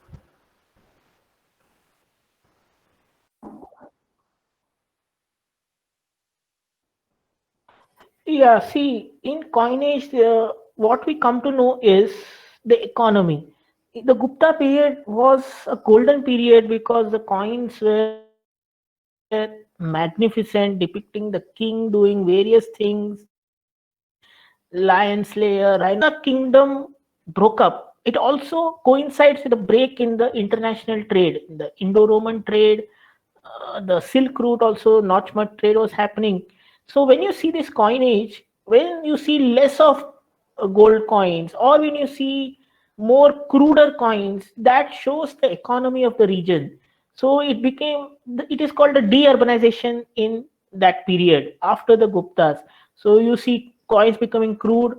As Mohit said earlier, that Bengal went back to the Kauri system because there was no central authority to control. So coins tell us what was happening in the region. The minting technology also comes down if the economy is suffering, the kings cannot pay the mint masters enough money to mint beautiful coins. So just for the sake of exchange, coins will be minted. So yes, that is very important aspect of numismatics. Thank you, sir.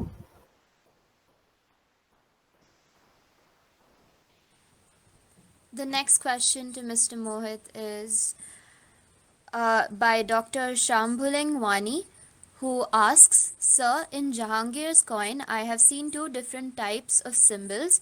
One is rising sun and jumping lion, and another one is rising sun and jumping horse. What is the meaning of these two symbols? Okay, I'm so glad someone did ask that question. Well, just to clear facts out, there is no jumping horse. Both the times it was a lion. In one case, the lion was standing with one uplifted paw, and the other one he was preening. He was down on his fours.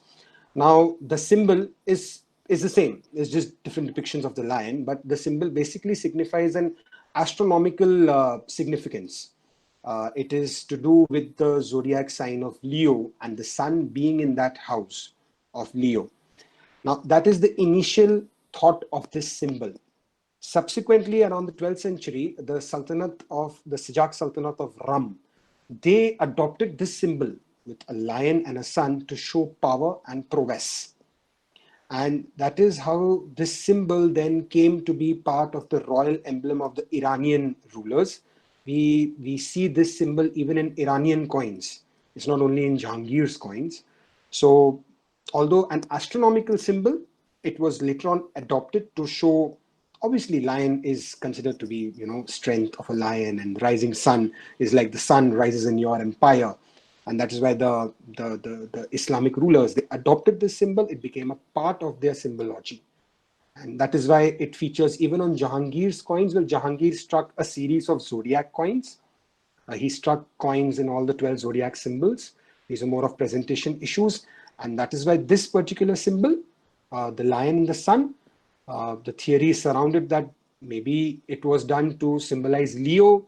Maybe it was part of showing the Iranian symbol of a sun and a lion. So different theories, but majorly astronomical and zodiac related. That's the history. Thank you, sir. Again, question to speaker one. So this question is asked by Mr. Parvez. He asked that what was the name and metal of coins used during the Vedic period? See, first, according to most of the scholars, the first coins were around the 6th century BCE. Before that, we don't know whether coins existed. It's the Punchmark coins, which is generally regarded as the first coins of India. So we don't know whether in the Vedic period also were there coins or were these Punchmark coins. You find references in the Vedas of coins, gold coins being gifted to Brahmanas and all.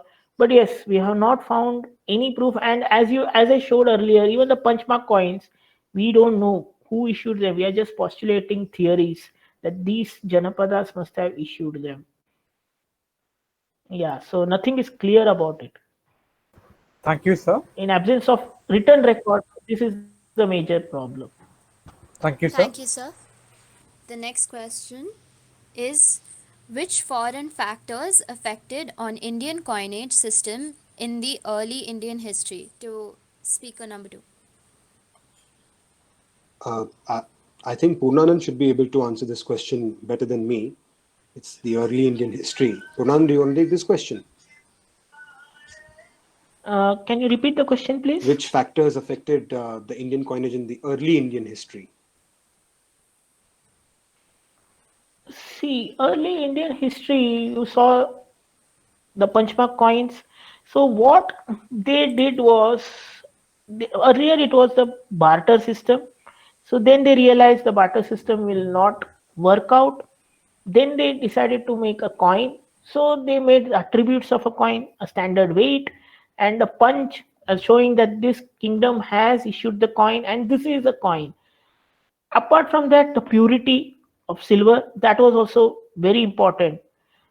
So apart from that, there was not, it was the necessity was there for a standard coinage. So that was done. The more of it was on the weight, as Mohit said. The earlier it was the intrinsic value which was very important in coinage. Thank you, sir. Aisha, you can go and ask the question to Mr. Mohit.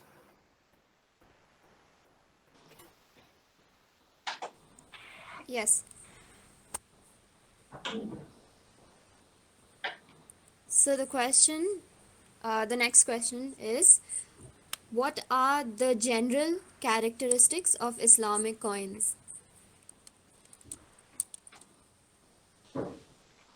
So, difficult to generalize as such, but as I've already mentioned, the coinage which was introduced by the Islamic rulers initially, before Aurangzeb decided to do away with it, the coins always had religious invocations. That is the kalma from the Quran. They would have names of the 4 major caliphs. They would have references to other Quranic inscriptions as well. But La ilaha illallah Muhammad Rasulullah remained a constant feature. That was a standard invocation which was there on the coins. Apart from that, the king was described as being the fighter of infidels, or maybe the second Alexander. Yes, we have few Mughal kings who declared themselves as being as strong and powerful as Alexander the Great. So they have coins which say Sahib-e-Kiran Al-Thani, that means second Alexander. So yes, these were the standard features. And I also told you the name, as in the mint name, the place where the coins were struck. This came into play on the Islamic coins. Well, yeah, these were the major factors in Islamic coins which featured. So that's it. Thank you, sir. Again, question to speaker 1. Sir, does the coinage also reflect the metallurgy of the times? If so, how accurate is it? Yeah, of course, coinage will always tell you the minting technology. So how, if the coins are made beautiful and the metal purity is also close to 100% purity, or so gold coins might have been 80% gold. So that shows the metallurgy technique was well advanced.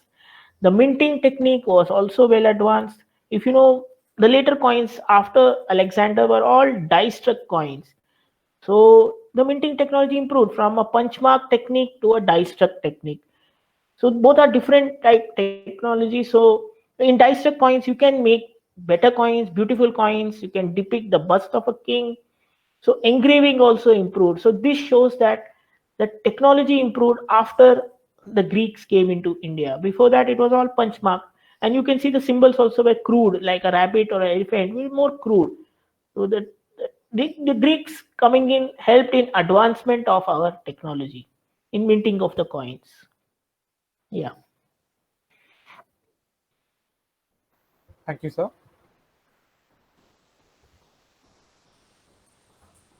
Thank you, sir. The next question is, how easy Is it for the general public to use a coin which had a script that was mostly spoken by the upper class and certain sections of the society during the rule of Muslim kingdoms? So, like I've already said, when the coins with Islamic inscription, as in the Arabic inscriptions and the Persian inscriptions, they were introduced, majority of the population did not know this language, did not know the script. They only identified it by the fabric of the coin. This fact is highlighted when we come down to the coinage of independent kingdoms like the Marathas, So there were certain areas which were ruled by the Marathas. They struck coins which had rudimentary form of Persian on it. The script did not mean anything.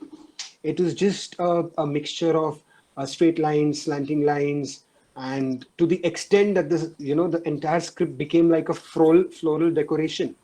If you see the script, it flows like a flowery thing, and that's what they did on the coin.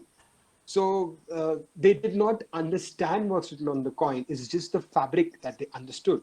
It should look like Persian. It should look like those standing lines, slanting lines. The major factor was the purity of the metal inside the coin. That was the only thing which mattered. And if a coin looked doubtful, as in if they thought that this coin weighs less or maybe does not have enough silver, they would take it directly to the jeweler to get it tested. And that is why you see, holes. Like I spoke about that hole on the Aurangzeb coin in my presentation. That hole was basically done to check the purity of silver in the coin. And that is where the intrinsic value of the coin comes into play. You could write anything on it. I could write my name in Persian, nobody would understand, as long as it conformed to the 1 tola, which was needed for transaction, unless somebody doubted it. So if somebody who knew the script, who knew the language, would read that the coin is not in the name of the ruling emperor, he would take the coin to the local jeweler, get it tested, and if it is silver, it's okay to move on. If it is not silver, it would be cancelled or cut or destroyed or whatever. So to answer that specific question, majority of the population did not understand what's written on the coin. It was just done to, like I said, prove the fact that a coin has been struck by this ruler from this place, hence that place is under the rule of that ruler. That's all. Other than that, it's the intrinsic value of the coin which mattered. Thank you, sir. Again, next question to speaker 1. Sir, when a kingdom is assimilated or subjugated, where the coins of the previous kings, did they get devalued, especially the copper coins? This question is again from Rabbi Akaiba Angiras. If you could give an answer to this, sir. Yeah, according to research, especially, I don't know much of ancient India. We don't know what was happening with the copper coins and everything. But you cannot devalue anything, like you cannot demonetize something in a single day like how we do now. It used to take time. So according to research, and some papers have been written on this, even during medieval period or ancient India, the old coins also used to circulate, because as Mohit had told, it was an intrinsic value which was important, the metal weight. So even the old coins used to circulate, even the new coins, and slowly they used to remove the old coins because they used to get worn out. Once you get worn out, you have to remove the coins from the system. And that's why there was no demonetization of the earlier rulers' coins as such. They used to circulate, or what they used to do is they used to bring in the coins and again mint counter strike on them. Like there's a famous coin of Gautami Putra Satkarni. He overstruck on a coin of Nahapana. So this is how this shows that Gautami Putra Satkarni conquered the former Nahapana's ruling areas, and he took his coins and counterstruck his name and his symbol on the coin. So yeah, it was not a sudden move. It used to take time, and then they used to replace the coins. Thank you, sir. The next question is there any numismatic evidence to prove the establishment of Nalanda and Taxila University?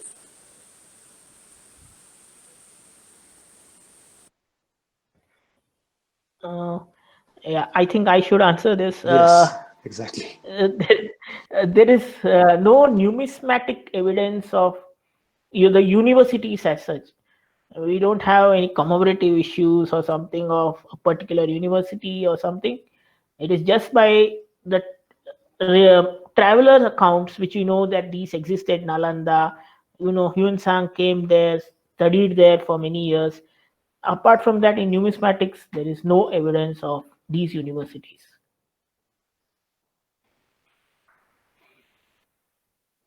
Thank you, sir. So again, the question goes to you only. Actually, this question is coming a lot, so I shall just paraphrase it. Sir, what was the technology that was used to mint these coins, sir? Were all these coins, were all these inscriptions hand struck, or was there some kind of technology that they used to mint these coins? Any methods, any instruments, sir? Yeah, all these coins are hand struck coins. There are no machinery involved. But basically, if I tell it is a die struck coin, there is an obverse and a reverse. The obverse is the anvil, and the reverse used to place a die on top of that and hit it with a hammer. So there used to be minimum two people hammering away coins. So one person used to put the silver in them inside between the anvil and this one, and then the other person is to hit it with a hammer. So both the dice is to press against each other, and the silver coin or the copper coin used to get the stamp of the negative image which is there on the dice. So this was a technology which was used up to when the British introduced machine struck coins. So most of the coins up to the 18th, 19th century were hand struck coins. But yes, it is called as a die struck coins. And the punchmark coins has a different technology. As I said, a silver plate is made and then it is cut into a specific weight standard, and then punches are hammered on the coins. There is no two dice as such. There's punches of the images which you see on the coins punched on the coin. So it is a punched mark coin. So images are punched on the coins. So these are the major technologies. There's also something called casting of coins, where you pour liquid metal in a cast in a mold and then allow it to cool down and then remove the mold and you have a coin. So basically these are the three major technologies which are there. And now currently it is die struck coins, but it is by using machinery. Yeah. Thank you, sir. One last question to Mr. Mohit. Sir, the question reads as follows: Rashtrakuta gold coins had pseudo-Arabic legends. Why so? I think Mohit, this question should be given to Gautam, who is the author Yes. of the book. Exactly. Gautam has written a fantastic book on Rashtrakuta coinage. And since he's here, I think he should be the best person to answer this question on behalf of both of us. Gautam, can you please answer? Yeah, thank you, Mohit. Yeah, sure. So basically, Rashtrakutas had an extensive trade with the Arabs. So in fact, the Arabs first entered India for trade in the Rashtrakuta ports. So at that time, the Arabs carried with them gold coins of the Caliphate.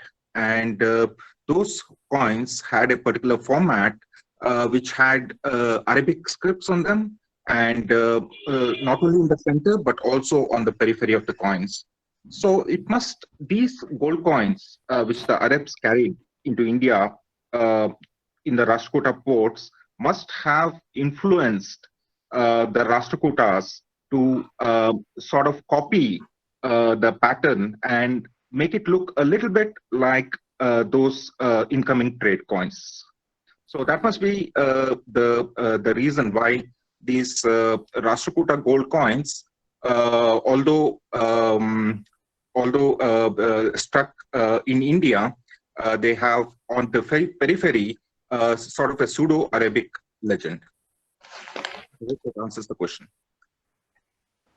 Thank you, sir. Thank We you, shall sir. have. The last question to Mr. Mohit is, were the coins during the Rashidun Caliphate and the Umayyad Caliphate the same like the coins of the Sultanate and the Mughal period? Almost similar. Again, religious invocations and titles of the king. the weight standards were slightly different. The coins of the Umayyad Caliphate were very thin in fabric. They were very thin planchet, whereas the coins over here of the Indian counterparts were not so thin, slightly thicker. But then we're talking about a slightly earlier era. Mughal came in quite later. So yeah, the technology was although the same, it's just that the fabric was slightly different. And again, the script changed. So the inscriptions were in Arabic out there, and here the Mughals, the inscription were in Persian. So, but apart from that, quite similar. Not much changes happening. Religious invocations, titles of the king, places where they were struck, year of striking was there. That's about it. Yes, quite similar. Thank you, sir. We have now come to the end of the webinar and the question round. Before all the participants leave, I would like to give the final instruction regarding the feedback link. The feedback link shall be sent to you in a few minutes. Please be sure to fill it within 1 hour. 1 hour since you'll get it, or you need to fill it within that time frame, or you won't be eligible for the certificate. If you find any problem, if you encounter any problem, you need to email the sender within that same hour to be eligible for a certificate. No other request shall be considered. I shall now hand over to Anup sir. Thank you, Mr. Neeraj.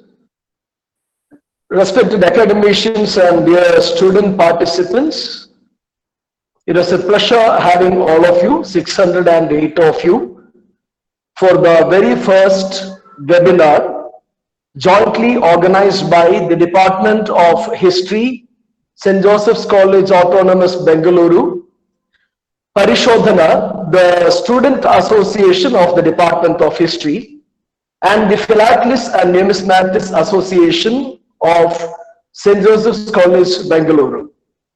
A lot of people have joined in spite of the busy schedule. I would also like to place on record the services rendered by one of the participants of this webinar. We have Dr. Berin Lucas, former head of the Department of Sociology and Industrial Relations at St. Joseph's College. She was one of the founder members of the Philatelist and Numismatists Association of our college, and an inspiration for a large number of students to pursue this hobby. Respected Dr. Berin Lucas, Senior Philatelist, Numismatist, Sociologist, thank you very much for joining us. We have one non-academician here, well-known numismatist and philatelist, Mr. Roop Balram, General Secretary, Kannanaur Philately Club. Thank you, Mr. Roop Balram, for joining us. A number of my colleagues who are members of the Philatelist and Numismatist Association have joined us. Thank you, Dr. Rabi, Dr. Vinny, Ms. Jyotsna, Dr. Melvin, Ms. Maria David, etc. Thank you all other colleagues from St. Joseph's College from various departments for encouraging us. Very special thanks and hearty congratulations from my side as the Dean of Social Sciences to Professor Jane D'Souza for organizing this wonderful webinar on numismatics. I've already stated numismatics is of great importance not only for historians but also for sociologists, economists and political scientists. Thank you very much, Mr. Neeraj Tom Savio, the student from Social Sciences who has successfully conducted 13 webinars with his wonderful team, with his wonderful technical knowledge. Thank you, student technical team. Thank you, Mr. Gautam Jantakal, one of our organizers, for bringing in the wonderful, highly learned scholars of India and Indian numismatics, Mr. Purnananda Balasubramanya Sanket and Mr. Mohit Kapoor. We have come to the end of the session. As requested by Mr. Neeraj, please send in your feedback forms at the earliest. Thank you very much. Looking forward for your participation in the other webinars to follow from the Department of History and from the Philatelist and Numismatists Association. Thank you very much. Have a pleasant evening. Jai Hind. The committee members and the participants may please stay back. Mr. Neeraj, may please give the instructions.